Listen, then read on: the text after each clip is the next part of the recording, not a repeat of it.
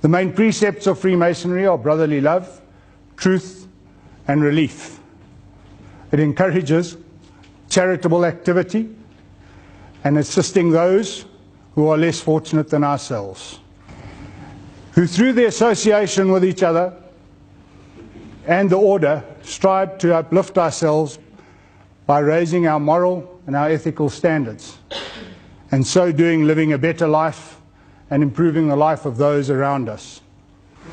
By applying these standards, these morals, and these values, we hope to come out on the other end as better people.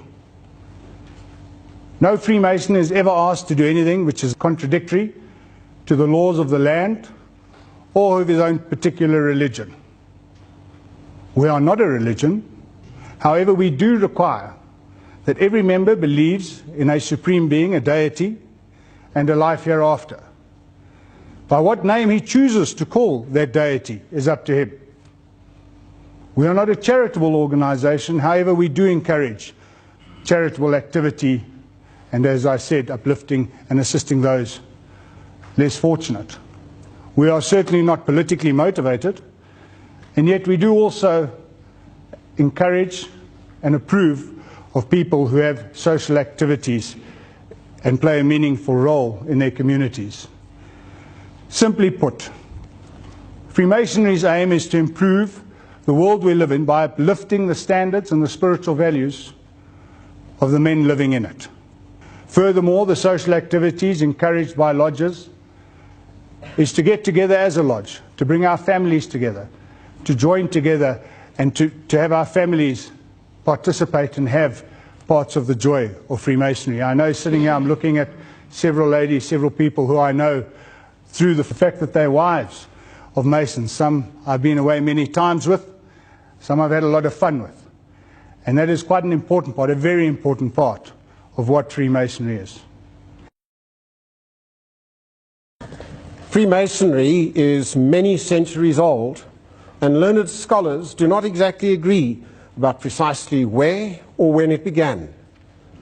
While there are those who have compelling evidence that it could well have been part of ancient Greek culture, the most commonly accepted theory is that the origins of modern Freemasonry reach back to the medieval times when the great cathedrals of Europe were built. The stonemasons who created those awe-inspiring Gothic structures formed craft guilds to protect their secrets of their trades, to help one another, and to pass on their knowledge to worthy apprentices.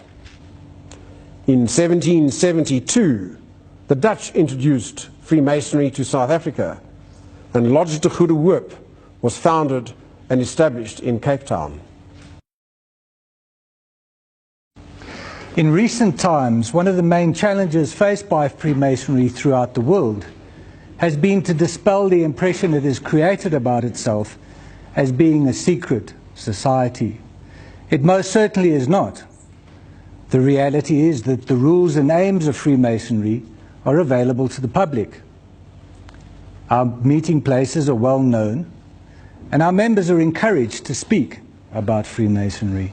Many of our members wear distinctive Masonic rings or lapel pins to show their pride in belonging to this ancient and honorable fraternity. It is a reality that there are signs, grips and words which enable members to recognize one another. Proving that people are who they claim to be is a common challenge, and Freemasonry is no different in this regard from other organizations. It's true that Freemasonry does not publicize the content of the ceremonies for its various degrees, although you could certainly read about them if you chose to. Frankly, though, you should avoid the research. Freemasonry, worshipful master, demands that every member believes in a supreme being, but leaves each individual member to determine his own religious belief. Freemasonry has members from many different religions. Amongst us, we have Christians, Muslims, Jews, as well as Hindus. My prayer was offered up to the grand architect of the universe, and each brother has determined for himself who he deems this to be. It cannot be emphasized too strongly that Freemasonry indeed lacks the basic elements of a religion.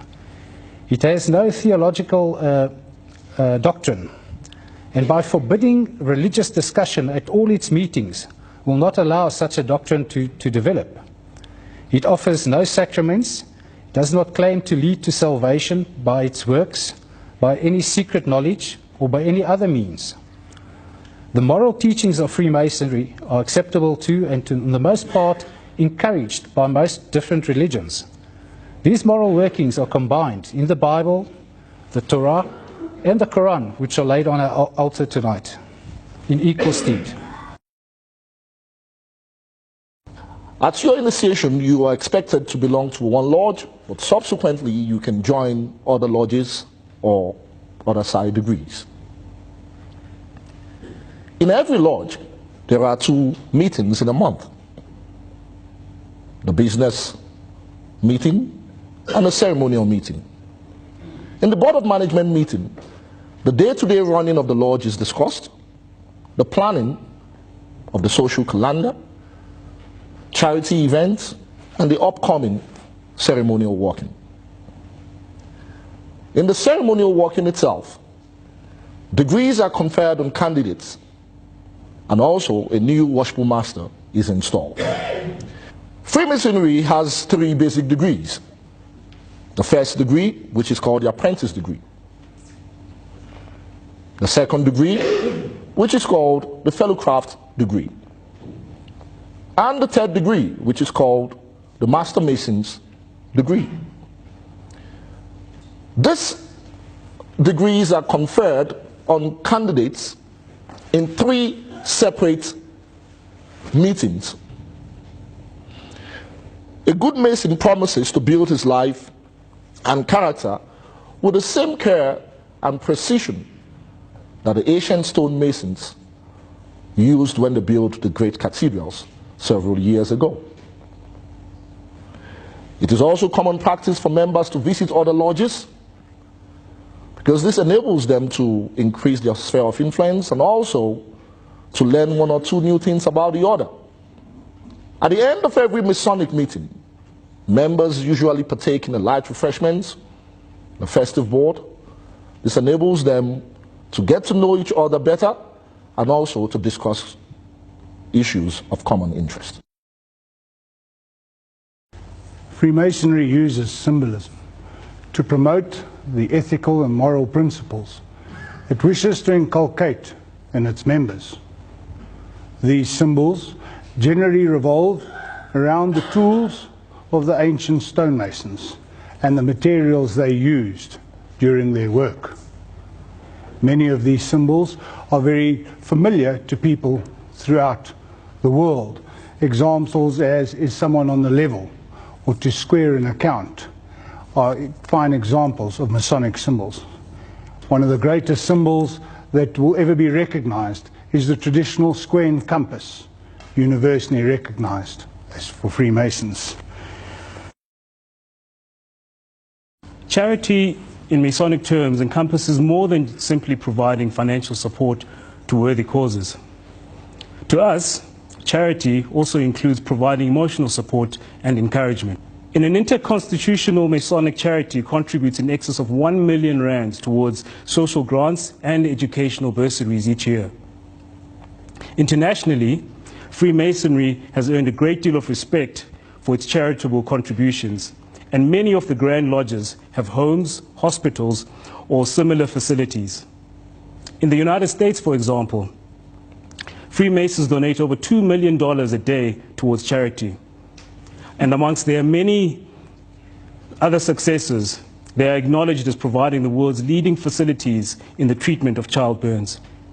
Freemasons are exhorted to practice charity in thought, word, and deed. Freemasonry has attracted many highly respected men throughout society. A few examples include Sir Winston Churchill, American presidents, George Washington, both the Roosevelts, Gerald Ford, and such kings as George VI, Edward VII and VIII, as well as literary giants such as Alexander Pushkin, Rudyard Kipling, Mark Twain, and Sir Walter Scott. It is also worth noting a number of religious leaders who have been active Freemasons. The former Archbishop of Canterbury, Geoffrey Fisher, Reverend Jesse Jackson, Sir Israel Brodie, who was the chief rabbi for the British Commonwealth, as well as Islamic leaders such as the third Aga Khan. Financially, there will be a joining fee and an annual subscription, which will be detailed to you before you join.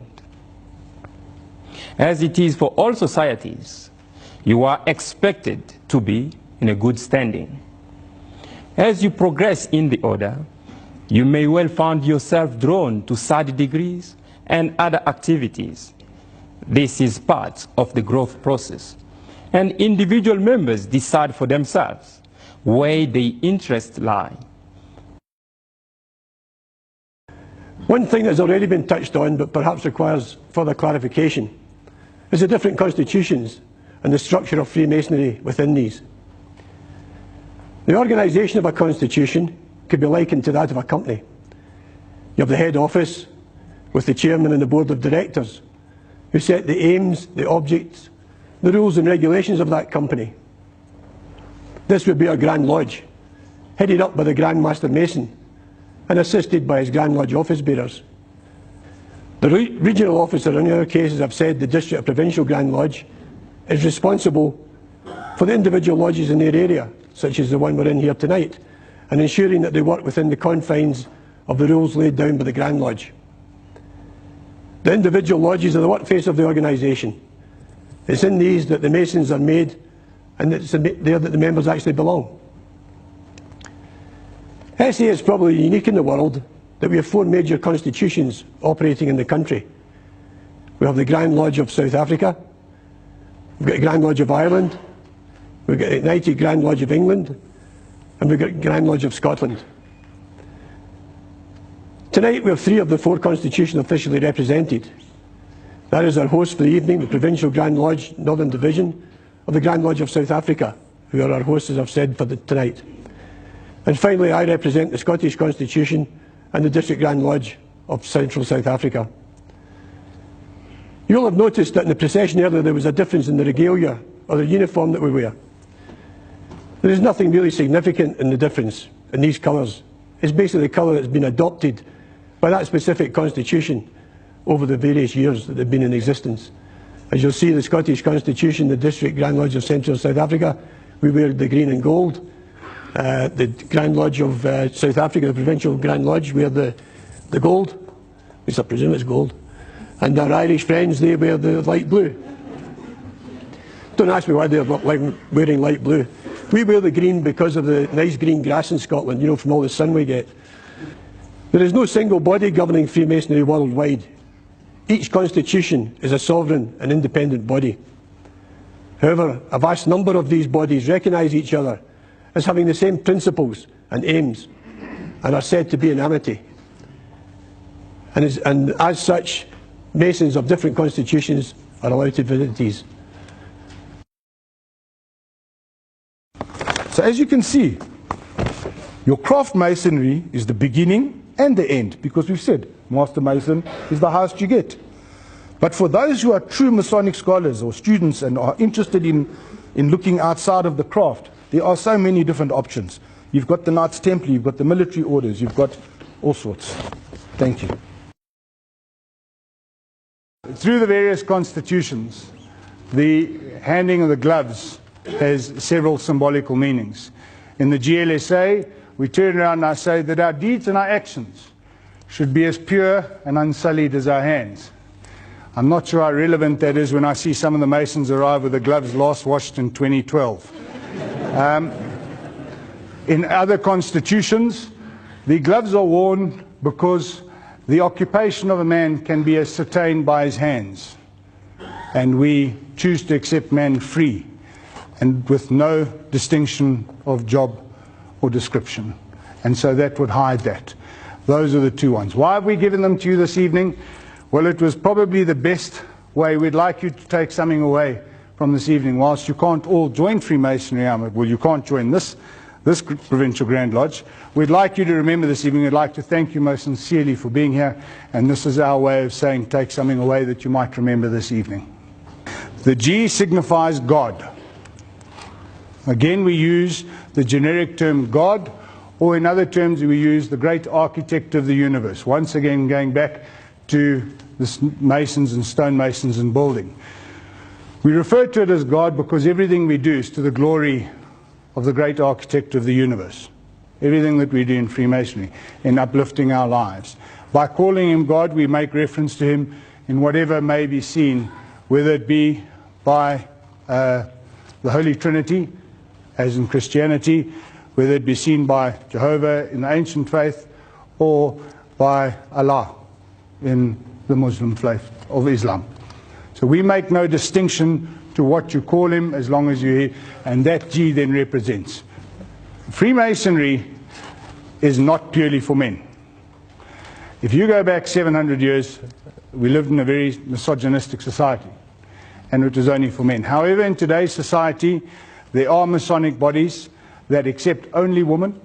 There are Masonic bodies that accept women and men, and they operate alongside us. We know they're there, we acknowledge them. In certain areas in Johannesburg, they rent out temples from us to do exactly what we do. However, as was explained by the Right Westphal District Grand Master, the Scottish, each constitution is sovereign, and we have hundreds of Grand Lodges across the world. All of them act under a concordat and are considered to be regular by observing the landmarks of Freemasonry. One of those landmarks is that Freemasonry is for men only. Otherwise, it would not be a fraternal society. It would be a sorority. I can't hardly say that word, but nonetheless. And in order to have changed that and allowed women in, several things would have to happen. All the Grand Lodges would have to accept that, and they'd have to accept that together, which is very unlikely to happen. Much as our secrets remain and that we hold, we don't share a lot of information. That is one of the cornerstones that, whilst I know we're going to take a lot of flack for, I can't see being changed in our lifetime. What we will never do is we will never tell you how we recognize our sounds, our symbols, our signs of recognition, and what is transacted. I can assure you that what we keep, and across constitutions, they would vary some, but very little. They're generally all the same. What I will tell you is that you can find every single one of them on the internet. The challenge you're going to have is to wade through the myriads and myriads and millions of rubbish to find the truth. And here's the problem.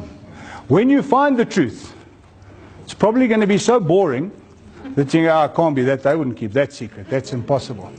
And that's why mine jumps over to all these bizarre and macabre things that we've been told we do. Just while we're on that, if anyone who's heard about these goats that we ride, and these rituals using blood and skulls, and we drink from them, and we... What rubbish. What unadulterated rubbish. Most of you are here because you know a Freemason, are you not? I think the majority have been invited by someone. If you didn't trust the person sitting on the north side, you wouldn't have come along. If you didn't think he was a good person, you wouldn't have come along, would you? So let's take the majority of that and throw it out. And a lot of that stems from the early centuries, the 16th, 17th century, when the ancient free thinkers had nowhere to go and to go and discuss things because they were burnt as heretics. And so they went away and discussed it in Masonic lodges and stonemasons lodges. And as a result of that, they didn't tell the church what they were doing. And so the church, in order to make this really bad, and I'm not having a go at the Catholic Church, they've acknowledged that over the years, made up the stories about how evil these people were. and some of those are perpetuated through. I can't speak on behalf of the other two constitutions. The swords are presented to the Provincial Grand Master as a symbol of his power. When presented with this by the Grand Lodge, as you come in, it is given to you and told to you that it is no longer fit for combat, but symbolizes the power which you hold and which you must always wield with justice, duty and discretion. So another emblem that you would have. What else were you looking at? The lamp. Okay. The lamp is a symbol of our sacrifices that we would make to the great architect of the universe. So that is the holy altar. There online, as you will see, there are 3 books. They are closed because the lodge is at ease, otherwise you would not have been allowed in. There's the volume of the sacred law, to which we refer to all 3 collectively. One would be the Holy Bible or the Old Testament. The other is the Torah. Another is the Holy Quran. Given that we have members of all 3 religions, there are members, and they would take the obligation on the book that is most suited to them. Ladies and gentlemen, we've had several people who've been so keen to join, and when we've spoken to the wife, she says, no, he's too busy. He works all day, and now he's going to go to lodge at night. I know what that happened. No, it's not happening. And so we declined his application. 2 years later, he was divorced, and he joined us nonetheless. And that's actually a true story. Come to your home, they would make sure that you're of suitable character, and that your fit with us is as good as our fit with you. You might well be invited to several social events, so you'd go along to a dinner or 2 where the guys will get to know you, and that process, depending on the lodge, could take anything from 3 months to a year in certain circumstances. So we really don't just, as much as we are looking for members, we're not just going to go out and take anyone. We're going to make sure that the fit is there. The east is the rising of the sun. As the sun rises in the east to open the day, so the worshipful master is there placed to open the lodge. Again, symbolism, sun rising, and that's where we start our day. The symbolism of King Solomon, all of stonemason and Freemasonry started at the building of King Solomon's temple, going back thousands of years. And the accepted first master of Grand Master of Freemasonry was a man called Hiram Abiff. He was the architect of that great temple. And so when we talk about King Solomon's chair, the worshipful master is placed there as the representative of King Solomon for his wisdom and his guidance. Okay. All right, just another quick one. Just further to that, if the question doesn't come up, you'll notice that the apprentices sit in the northeast corner. Yeah? The northeast corner is the cornerstone of any building that was built by the ancient stonemasons. That was where the first stone was placed. And it was from there that the rest of the building was built. So, as an apprentice Freemason, as you begin your journey, that is the foundation, and that is where he would be seated.